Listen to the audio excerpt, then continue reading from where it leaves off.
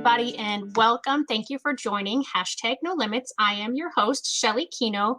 As a special education teacher and now currently as an education consultant and master IEP coach, I often see limits that people place upon others. It's not that these are necessarily physical limits, but these are limits that we have in our brains that just automatically say, oh, well, that person can't do this or they'll never do that.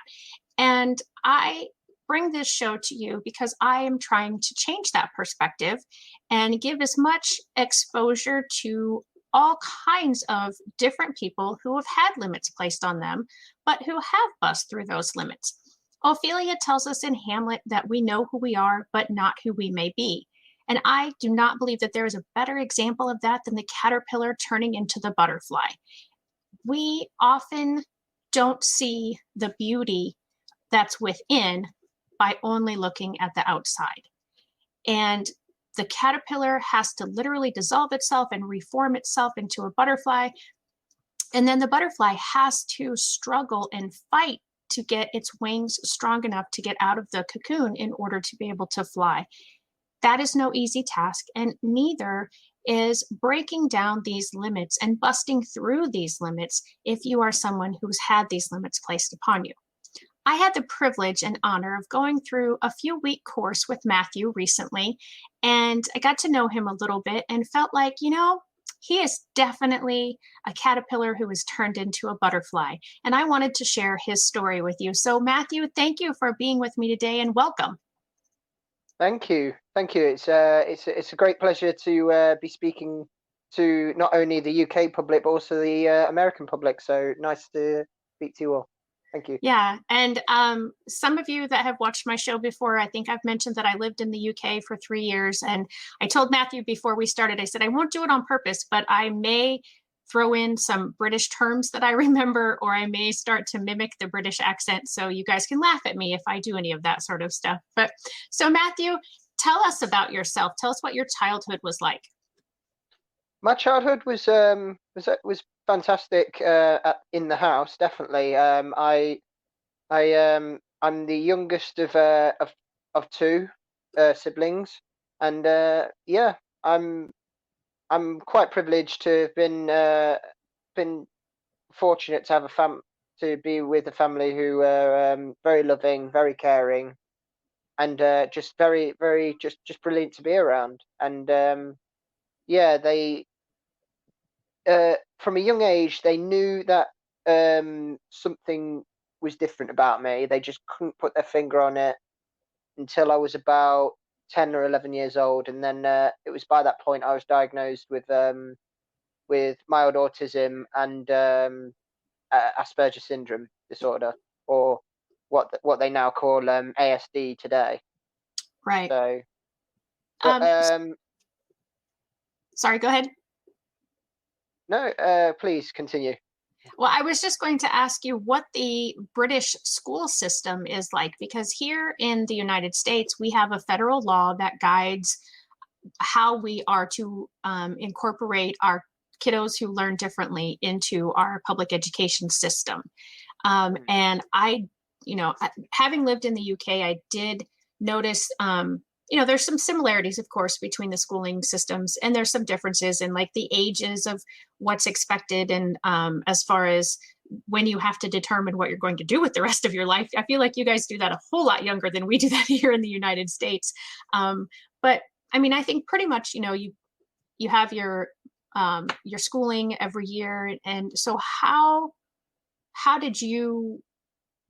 were you received in the public school system there in the UK? In the classrooms, I was received okay. Granted, in the social aspect, it was tough at times. I did experience bullying at school, but I did not let that faze me in the end, because I just carried on working hard, carried on trying my best to just get to where I needed to be, which was my ultimate goal, which was I always said I wanted to go to university and study. I always wanted to be the first of my family to do so, and lo and behold, I was. Oh, that's And wonderful. Congratulations. thank you. I came out with a BA honours in drama. So Nice. at the University of Hull, it was a great experience in the end. That's wonderful. So can you speak, and if this is too close to home or too difficult to speak to, please don't, but could you speak to a little bit of the bullying, the types of behaviors that you exhibited that you feel maybe led to the bullying, and then the kind of behaviors that you exhibited because of the bullying? I guess with regards to that, the main aspect was it was mainly due to being different, I guess. If you're not part of that niche group, you were just like cast out in a way. There was always like a group. If you weren't the popular kids at school, it's almost very similar actually to the stereotypical, in a way, American high school. If you're not the, like, one of the popular kids, you were Hmm. always, one of the downtrodden, or people who are just left in the, left out and all that lot. Yeah. Um, but I mean, it's a different way of describing it, but in a way, similar aspects. But to be fair, it was mainly due to people not understanding, people being like, kids being kids in some aspects. I mean, not every child is like that, but just you Sure. have the odd one. You have the odd one who is very well, ignorant towards like your differences as a Hmm. person. And yeah, for some reason you go through life not liking certain people and people not liking you. It's a fact of life. It does happen. And yeah, I've experienced that on a number of occasions. I was bullied a lot at school, and often put in a corner a lot of the time.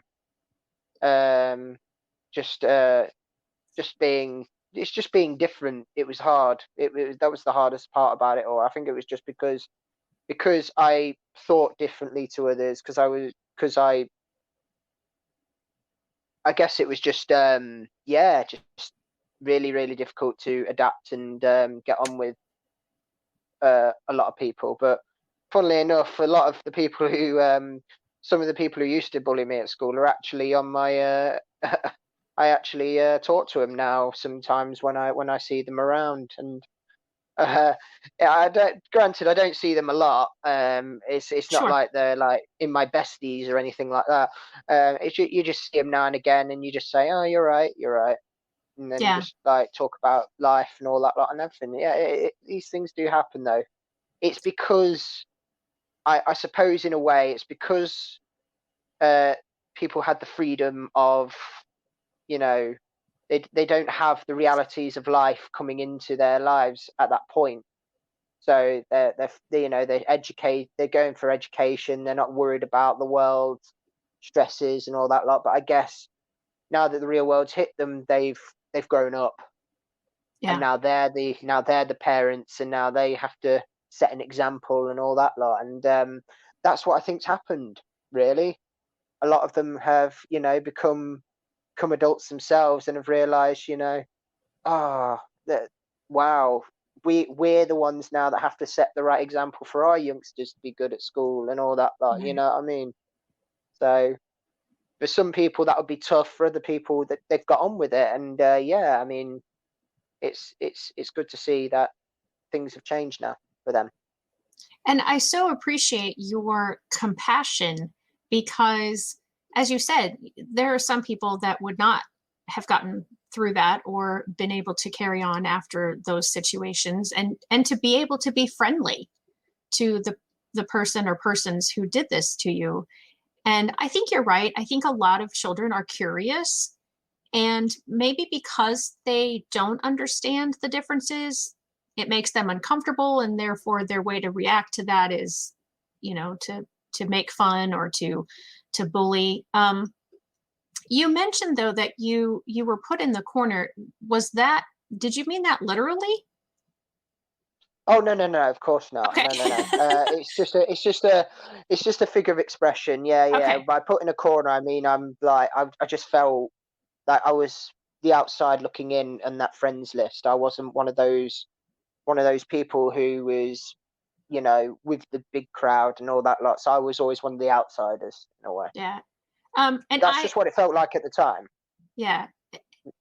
And going back to the education system, did you have an adapted curriculum, or did you have any sort of special classes or any? Because here in the United States, we have what we call IEPs, which are individualized education programs. So it's a whole process that people go through to qualify for that, and then it's a document that kind of directs their special education. Sure. How does that work in the UK? We do have we do have special schools for people with special needs. We do have like special schools designed just for them. But generally, I went through the standard education system myself, Okay. just with like added support in certain lessons and stuff like that. But mainly it was with exams. I got the added support, such as extra time in like at the end of an exam. If the time was up, that was it. But no, I got an extra like, I don't know, 15 minutes or something like that. Which yeah, you can apply for when doing exams, if not just in the case of special needs, but in the case of like stress or unhappiness and all. I don't know. Oh, I mean, like generally when you're struggling as well, like yeah. really really struggling, sometimes they'll exempt you an extra like 15 minutes just to give you extra time and stuff like that during your exam. But we do have support workers in schools for like people who have like learning difficulties and stuff like that. I was actually quite honoured myself, really, for being the first person, one of the first people at uh, my university to recognise this, and we formed the first disabled students council Oh, wow. in that university. And I was on the committee, but I wasn't like a key role. I was just someone on the committee who was happy to lend their voice to discussions and stuff in meetings. But overall, though, it started off quite strangely, because what it was, a lot of people were talking about the way the disabled were treated at the university, and they weren't treated badly, but there was a lot of things that could be incorporated to help them. Hmm. And the head of the student education at the time, of the student committee, he was deep. He was in tears when he was told about this. He was deeply upset, because he was a really strong supporter of trying to make everybody's lives at university happy, and Yeah. get the education out there. And he saw this, and he wanted to form a committee, because we didn't have one Right. at that university at the time. So it was a great privilege to you know be there to witness him, like, and his passion for education and support for the disabled was just absolutely brilliant.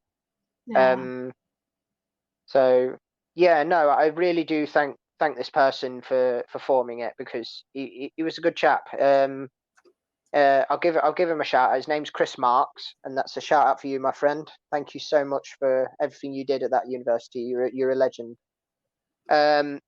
But generally, overall though, it was good to support this forming of this committee, and also in general, the support I got there was very good. As well, I got somebody into type for me during the Hmm. exam. I just spoke what I wanted written. Hmm. And I also got like a computer and a Dragon program, so I could speak to the screen rather than type. But in the Okay. end, I chose to do my own typing in the end. So though I didn't use the tools, they were there when I needed if I needed them. Yeah. And also as well, I had a disabled student counsellor in my department, which was a great lecturer, a professor, um, Mr. Tony Meach. Also, give a mention to him because he was an absolutely brilliant lecturer. I did a few of his classes. He was fantastic. Great to work with. And one of the things I really enjoyed about what he said to me was one of the things I'll never forget. He said to me, when you first came to this university, I really thought, because of the hardships, because of everything you go through with this, I really didn't think you would hack it, because it's a new experience and Sure. it's hard. But you proved me wrong. And when he told me those words, I was like, absolutely, it's probably one of the proudest moments I had Yeah. when he told me that. And this is a professor who's been all over the Europe, as his specialty was German theatre, and learning all these different things about the art of German theatre, about Brecht and all that lot. He was very devoted to that field, and I proved him wrong by getting through university, and to do that was just mind blowing. Yeah, that brought tears to my eyes to just think of how huge that moment must have been for both of you, honestly, but even more so for you. And I'm so impressed with him that he was able to see a bias that he had in himself, and that bias was challenged because of his interactions with you, and he Yeah, changed it. yeah, And it was great. It was great just to see how much of an impact it made on himself, like supporting people who had conditions and disability and stuff like that. But then, yeah, as the counselor for that department, he was, it it was just great to talk to, because sometimes I would actually go and speak to him in general about my general feeling with regards to some lectures and classes and all that lot. If I was concerned about anything, he said, just come and talk to me, and I used to do it. So that is yeah, so yeah, wonderful. great. It's so awesome to hear that there are people around the world that are doing that sort of thing, that they are trying to what I do is I try to make the world better for all, one IEP at a Mm, time. Now, you guys don't have IEPs, but it's the same concept, that we're all trying to give everyone as much education as they want, yeah, and that we're not limiting who can have what education they want. no, So I'm happy to hear that that's happening. I had a gentleman on several months back who was from Australia, and he was saying that they're doing similar things there as well. So it gives me great hope that it's not just here in the U.S. that we are struggling but continuing to grow, and hmm, doing better. That it's happening all across the world.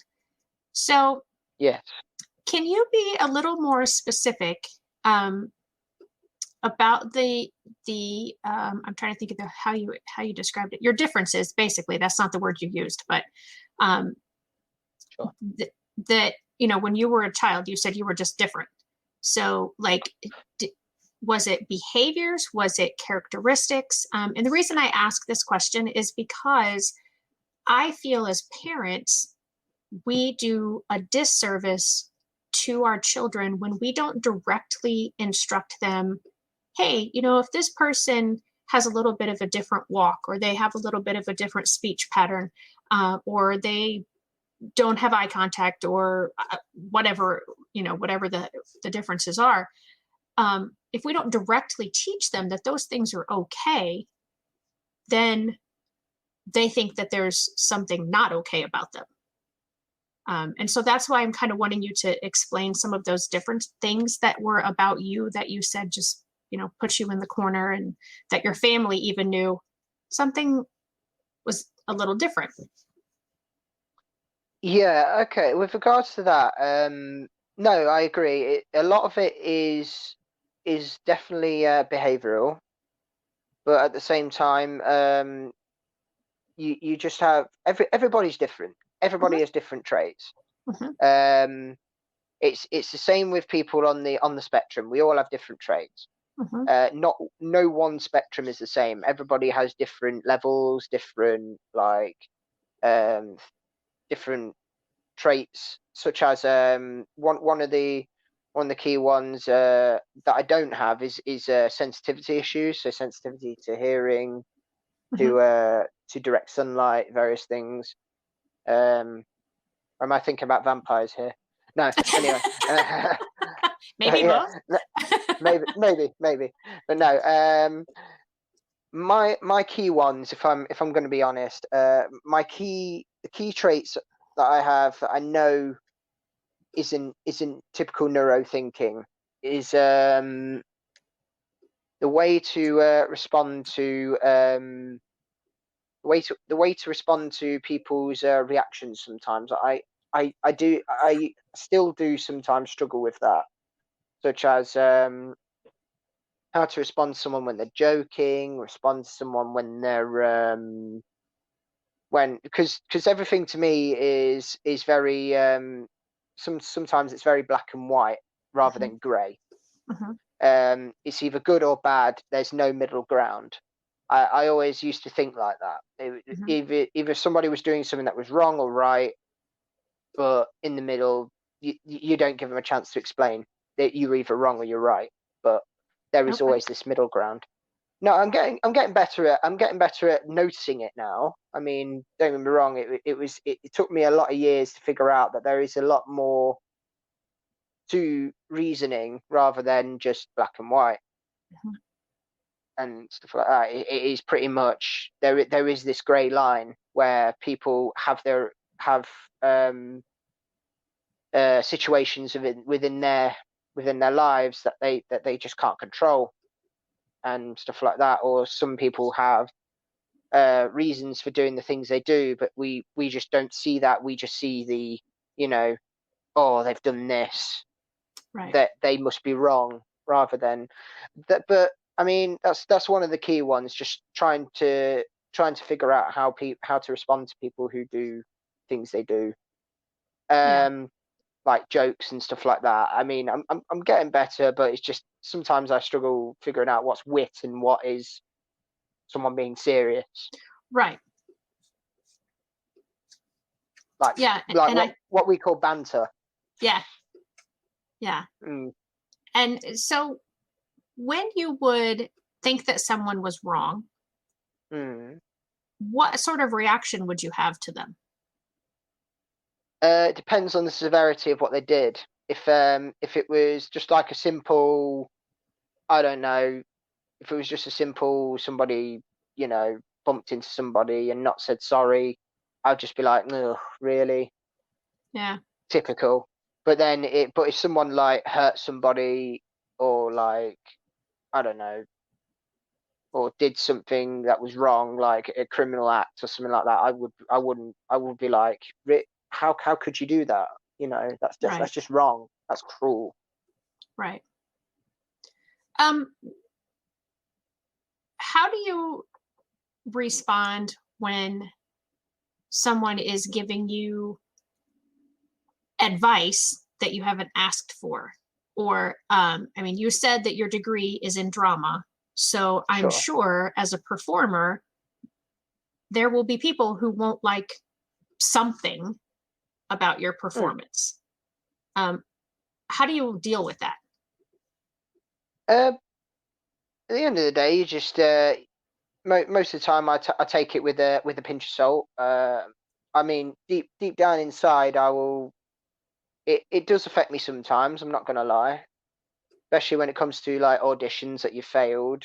or what I like to say is failed rather than didn't succeed is probably the nicer way of saying it. But I mean, it's constructive some of the time, and no, I mean, I've not really ever had someone who'd say put blatantly that you were just bad, Okay. because um, That's nice. that's so far so good. That is Yeah. nice. Yeah, yeah, yeah. I mean, I don't know how I would react if I actually did hear someone say, "Oh, you were just absolutely terrible. Why were you even there?" You know, Right. I'm just awaiting the day that does happen, how I will respond to that, because I'm not sure how yet. But in general, like generally, people are actually quite nice about it. They offer you constructive advice, and hope that you use it into the next audition when you do your next one. And to be fair, I have, like, in general, auditions recently that I haven't succeeded at, I've actually been quite close at getting them. And I mean, they've Mm. even said it themselves. Like, I auditioned a little while ago for the lead in The Wedding Singer, Oh, wow. the musical. Yeah, yeah, I Hmm. auditioned for that. I didn't get it, and but then there was a situation involving the lead, and the role was up for debate again, Hmm. because the lead actor got injured and couldn't continue the show. So the lead was up for grabs again, but to play it safe, the company brought someone in Mm. to play the role, which I totally get. I mean, we didn't get the role last time. Why do we deserve it now? But the director was kind enough to speak to me and another person who didn't get it and explain the situation to us, and we were like, no, that's fair enough. Oh, At the end good. of the day, I'm just happy to do the show. Right. I'm not upset about it, because I knew it was going to be a tough role to get. Yeah. But it's great fun, and that's how I saw it. At the end of the day, it was okay. I understood his reasons, and his reasons were, he said, "Look, I would happily work with either of you, but we had to go with the safe option, Hmm. and go for an actor who's done the role before. He knows what we need, and he will do it justice." And it was a great honor to work with him, because yeah, he's been a former West End performer, Oh, wow. and it was a great honor to work with him. Yeah, he did the musical Spamalot in the West End, and yeah, it was great. It was great. He's brilliant. He's a brilliant performer, and yeah, Good. So it was a pleasure to finally got to work with him. for those who are watching in the United States, you're when you refer to the West End, that's very similar to our Broadway, right? In that it's like that's like the big That is time. correct. Yeah, Yeah. yeah, it is. Yeah, the West End is our Broadway. Yeah. Yeah. So. Down in London. Oh, I miss London. It's been 2 decades since I've been in England, and I still want to come back Wow. sometime. So yeah. Well, I hope you do. I hope you do, because I would love to go to the States one day. Yeah. Well, maybe we can work that out somehow, that we can swap houses for the time being. Yeah, definitely. I mean, I've never been to the US. I don't know where would be recommended, because there's so many. One of the things I'll give the States credit for is there's so many different types of um types of, like, land you have in Yeah. the States. You have desert, you have forests, you have like, oh wow, Yeah. I mean, we it's pretty much very have it all. nice. You know, we've got You have it mountains, we've all. got oceans, we've got, like you said, we've got the forests, we've got the deserts, we've got snow, we've got tornadoes, hurricanes. Yeah, pretty much not everything. not all good things, but yeah. Yeah. Yeah.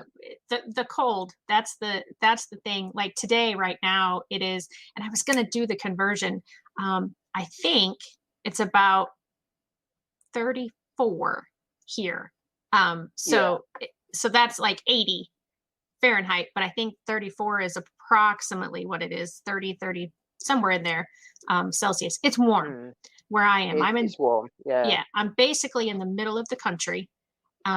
So we get the extreme heat, we get the extreme cold here, we get snow, we get hot, we get all the seasons, although sometimes spring only lasts a day.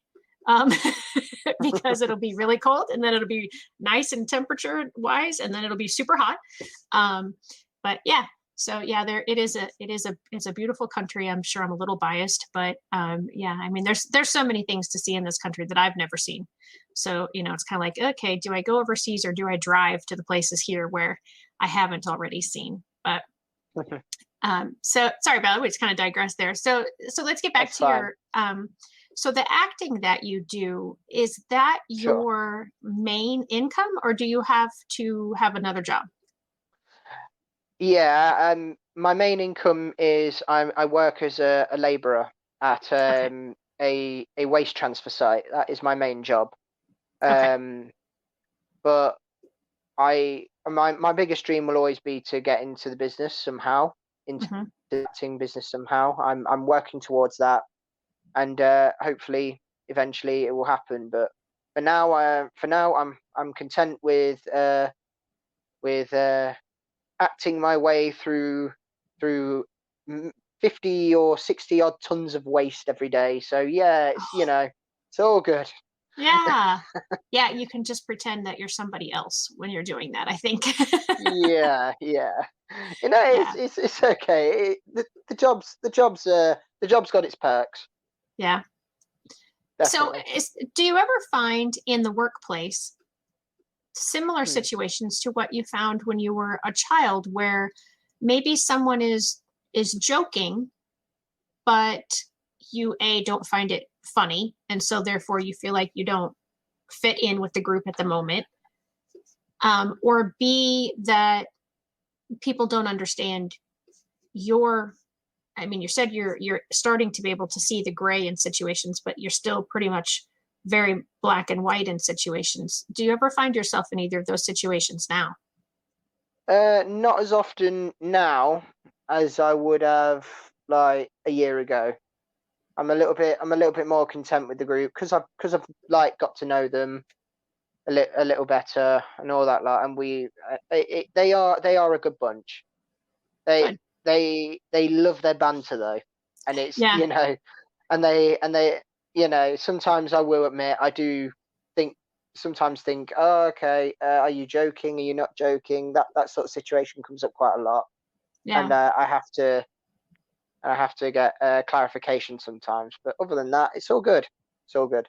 Good. So when you get that clarification, do you get that from the person that you weren't sure if they were joking or serious, or how do you Oh, get that clarification? yeah, they'll say they're just joking. Okay. Yeah, yeah. Okay. Good. So they understand that you might not always understand their sense of humor. And so My they're boss is very understanding. yeah, that's Yeah, wonderful. yeah.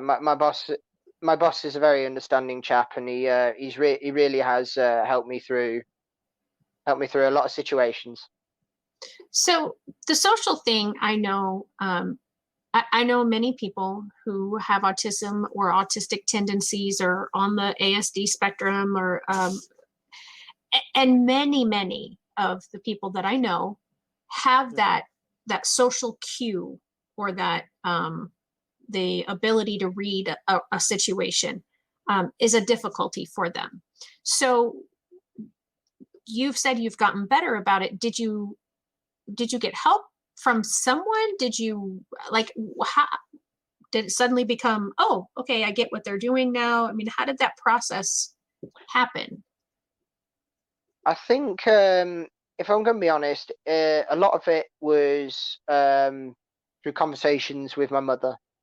Hmm. She really has helped. Like a lot of the time when I've been struggling or like having difficult situations, every time I come home, she'll be like, "Are you okay? Is everything good?" And I'm Hmm. like, "Yeah, yeah, things are fine." And she says, "You're lying. I can tell when you're lying."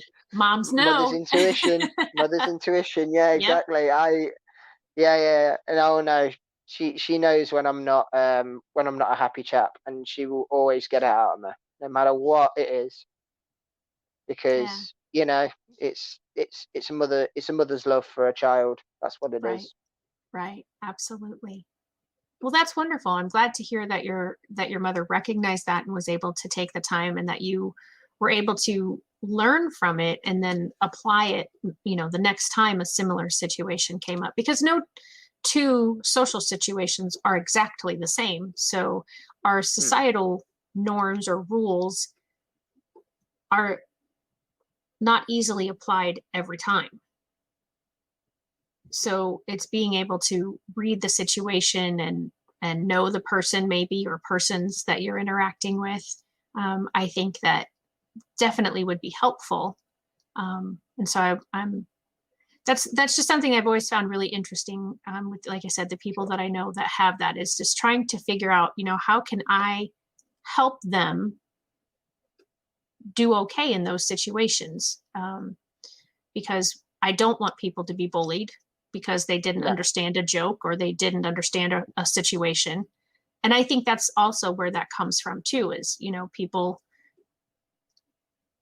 when they don't understand, again, I really do think a lot of things come down to when they don't understand a situation, they don't understand why someone's not reacting a certain way. It makes them uncomfortable, and they have to try to do something to get rid of their own uncomfortableness. And sadly, that's often at the expense of somebody else. Yes, that is definitely right. Yeah. Yeah. So, A lot of time it has happened that yeah, they don't understand you as a person. They try and then when what they don't understand, they either go one of two ways: either go away from it, or I guess challenge it. yeah, I suppose you probably find more people that you don't know personally, like, at the local, um, oh, I just had the name of the grocery store that I always went to there now. Tesco's? Is it Tesco's? Is that a Yeah, grocery? Yeah. Okay. Tesco's is our main grocery store. Yeah. Yeah. Um, I imagine, like, when you interact with people there, that Mm. that's, or, the local pub that you don't know, that's where you find more of those uncomfortable situations because you don't know everyone, and vice versa. And so it's harder to tell if they're joking or being serious, or if it's a situation that you want to continue in, or if you need to back away from, versus, your family and your friends and your coworkers. Yeah, I mean, with regards to like going to a grocery store or going to a pub, if I'm in there on my own, I'll just keep to myself. I won't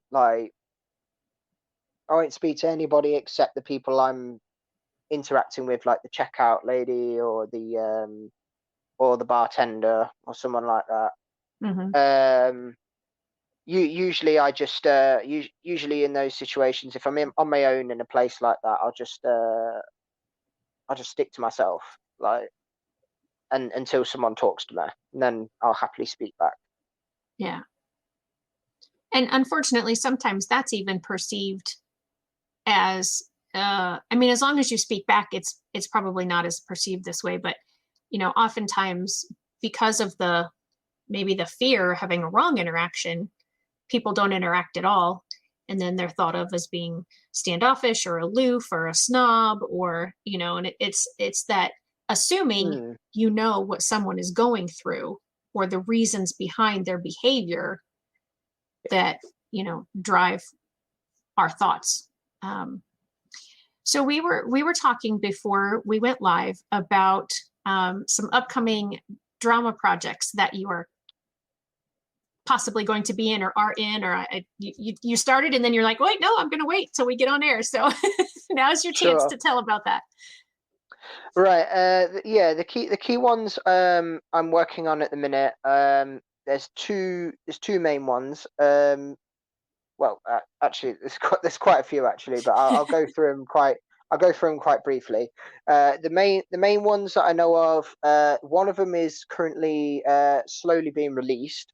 It's on Facebook. It's called The Viral Murders, Oh, and what it is it's a online murder mystery uh, set in it's about a vengeful killer intent on causing as much harm and manipulation as possible to get what they want. oh wow. And yeah, we all play different characters within this murder mystery, and yeah, it's gone really well. We are on episode 4, part 2 at the Okay. moment, and you can catch them all on the Facebook page, the Viral Murders. And you can follow the links to various websites on the page, which give you clues and access to the episodes. It's completely free, so anybody can watch them and listen to them. It's yeah, it's great fun, and it was great fun to do. That. Uh, all voice recorded. There's no visuals, Oh, so okay. it's almost like a radio drama essentially. Uh-huh. But it's very. I think it adds to the mystery in a way, Yeah. I suppose, because you don't know these characters, you can't see their faces directly, Right. but you can hear their different personas, Mm-hmm. and it really is very effective, and I do like that style of murder of story, because I used to listen to audio dramas as well for various different things. Mm-hmm. And yeah, I really like audio dramas, and I highly recommend them. They're really good. So are there uh several, because you said you're on episode 4, part 2. So are there several already recorded? So this will be going on for quite some time, or do you record them kind of as you're going? The series has already been recorded. Okay. Yeah, we finished recording the series in and around January. Oh, okay. So what we're doing now is just releasing them slowly and giving the audience enough time to respond to the previous episodes, look at the clues, and start to, I guess, make up their own minds on who they think the killer is. Right. And yeah, we just we do behind the scenes work and stuff like that as part of the company, Mm-hmm. and it's it's um it's been brilliant. I've really enjoyed working with the group as well. I think they're called the Mystery Lounge, Oh, and they're based in the city of Stoke-on-Trent. oh, I know that city. I've been there. It's beautiful there. It is very nice there. So the how often do the episodes come out on Facebook? Usually fortnightly. Okay, so that's two So weeks for those of yeah, us in the United States. yeah, Okay, it's every 2 weeks, and okay. yeah, you can find them So on the page. yeah, so for those of you watching, you probably just realized that I didn't record this and then air it right away. So there may be another episode out or two by the time this actually airs. So do you know how many episodes are still to come from where you're at right now? I would say another five, Oh, another okay. 5 full episodes. So Okay. Good. So those of you that, when you're watching this, when this does broadcast, you'll still have time to go back and watch and catch up and maybe figure it out before it's actually revealed who done it. So is there a prize other than just the, hey, I did it for figuring it out? there is a prize. Oh, nice. I I don't know myself what it is, but there is a Okay. prize for the winner of and Very who cool. figures out who it is. Yeah. That's awesome. So what other projects do you have going on? That one's awesome. Um. I'm excited to look for that one when we're finished recording. Yeah. A lot of the stuff I have been doing is I have a couple of short short film projects in the pipeline as well. I've been working on a production with a group called Gatling Gun, based in Leicestershire. It's called Master Homes, and it's sort of based on the. It's sort of like if we saw Sherlock Holmes in his younger days, in his school college Oh, days. okay. So it's sort of like, yeah. So you've got the main character as Sherlock, and you've got because it's all derived from the I think they must have got inspiration from the Sherlock modern series, Hmm. as there's a lot of relevance to the characteristics of Sherlock in that. But yeah, it's great fun to do. I play Mycroft, his older, less popular brother, and yeah, and it's just great fun because every time I go on set, um, at the Master Home set, I see the actor who plays Sherlock, and we just go straight into character straight away. We're just like saying hello to each other in our characters and just being all smug to one another because As siblings would be, yeah. um, as siblings would be, absolutely, yeah. And it's brilliant. I've really had great fun working on it. I can't wait to carry on, but obviously due to COVID restrictions, we've not been able to start up Right. again yet. But I'm hoping soon we'll have a finished series on that. Also been working on a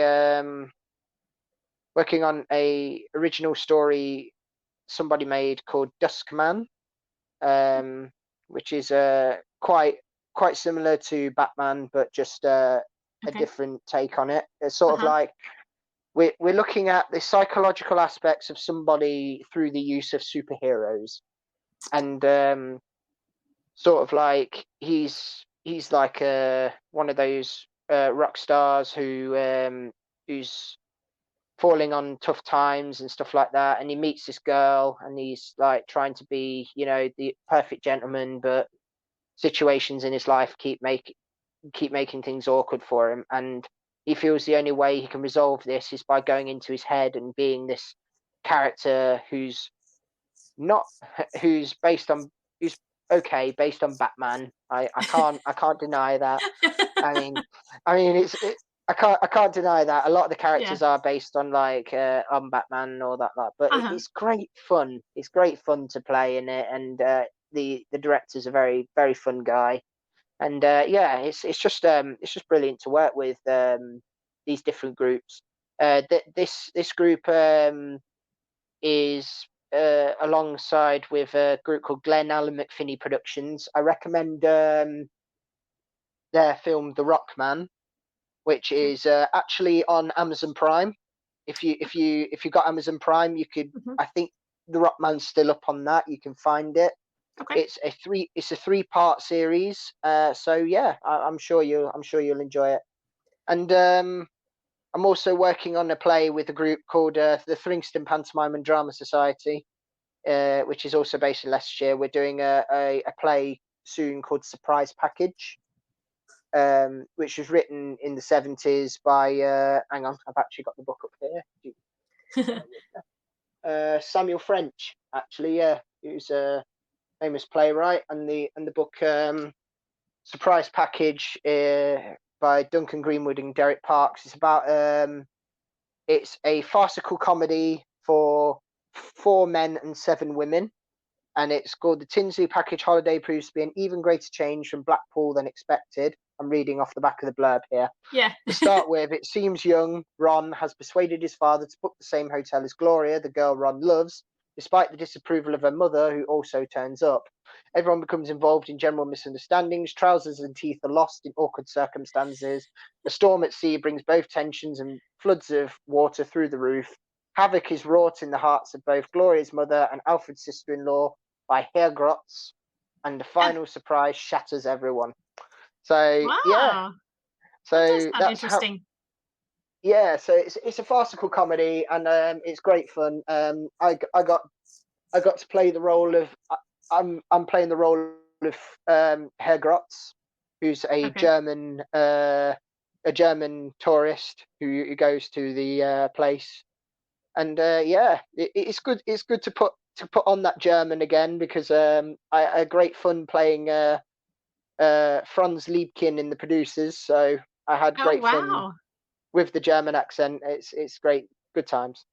Yeah, that's wonderful. Well, it sounds like you are certainly staying busy, and I'm very happy for you to hear that. And I'm Thank not you. really sure how you can do all that acting and do your day labor job, but I feel like I'll you must be constantly going. I try and find a way. I try and find a way as much as I can. Yeah. So is there a significant person in your life, or do you have time for that? Uh, I'm afraid I haven't found the right one yet. All right. Well, there you go, ladies. Yeah, he's I don't know how many single ladies watch this episode, watch my show. So, you never know. So Matthew, before we've got about, a few minutes to go here, Sure, I want to make sure that, as I told you before we started, that this is your story and I want your story to be sure. told. So have we missed anything that you want people to know, or is there advice that you have, or anything else that you want to get to make sure that gets out there? I'd probably say, with regards to those who are within their lives having struggles with autism, don't be afraid to speak out about it. I mean, my biggest advice is, and one of the best things I did was able to talk about it uh, now. I mean, years ago I wouldn't been able to like put it into words how I was, or what the person that I was. But at the end of the day, as long as you have that love and support around you, you'll be. I'm sure whatever life throws at you, you'll get through it.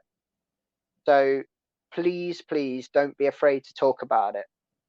And I'm always happy to collaborate with anyone or speak with anybody who wishes to talk about their autism. Always happy to help. That's wonderful. So yeah, for anyone, as you're watching this, I mean, everybody's going to be watching the replay of this. So certainly comment that you're watching it on the replay, because as I say every week, we want these to be shown to as many people as possible. And the more comments on any broadcast, the higher in the algorithm it goes, and the more people it will be made available to, and will have an opportunity to see it. And also, if you are someone who would like to speak to Matthew, please, you can private message me if you don't want to put it in the chat, or if you want to put a question in the chat. I will make sure that Matthew sees it, and we will both, either one of us, be happy to answer the questions. Or like I said, if somebody specifically wants to speak to Matthew, his experiences are going to be very different than mine, and he has a better inner knowledge than what I have. And for that, I thank you so much for being willing to do that, because I understand that even though here in the United States, or it might even be the statistic around the world, that it's 1 in 26 families now that are a family with someone with a special need. But yet I Yeah. so often still hear that everybody that goes through that is still feeling isolated, and still feeling like they're the only one, or they're alone on the island. And I'm hoping that Mm, that's another outcome of this show, is for people to realize there are others going through similar situations, and have gone through and are successful on the other mm. side, and are okay on the other side of certain situations. um, so I so appreciate your willingness to do that. Anything else? I don't want to So wrap up. you don't want to wrap up because I don't want to wrap up if there's anything it's else that you want to share or say. because I kind of cut you off when you Uh, were saying that you would talk to anybody. So I just wanted to make sure that I didn't no, stop it's you. absolutely fine. No worries. I'd probably say the main thing is almost like those famous people who always go to, stay at home, keep drink healthy, eat healthy, do all those good things, make sure Right. that you're doing your education, all that lot. No, Yeah. no, no, no, nothing like that. I just want to say, it's been great. It's been great doing this, and in general, I just hope that people just spread, just be understanding, loving, and true to each other. That would probably be the Yeah. main thing I'd probably say to everyone. That's So beautiful advice. Absolutely. Um, So, if you are watching and you have not subscribed to this channel and you've enjoyed this episode, please subscribe if you're watching on YouTube. Like this page or like this broadcast if you're watching through Facebook, Instagram, LinkedIn, wherever you have found us today.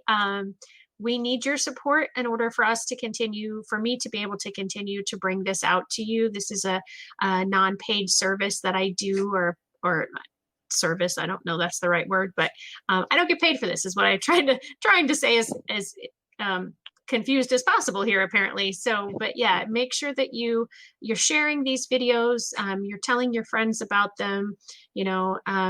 Put my name out there for me to come and talk to you. If there's somebody that you think would be a great person to have their story told on hashtag no limits, please reach out to me and give me those names, because I want to share as many stories as possible. As I said early on, that the more exposure we can offer people to see that their bias is wrong, the more likely we are to change hearts. And it's when we can change hearts that we're going to change people's attitudes and how they treat other people.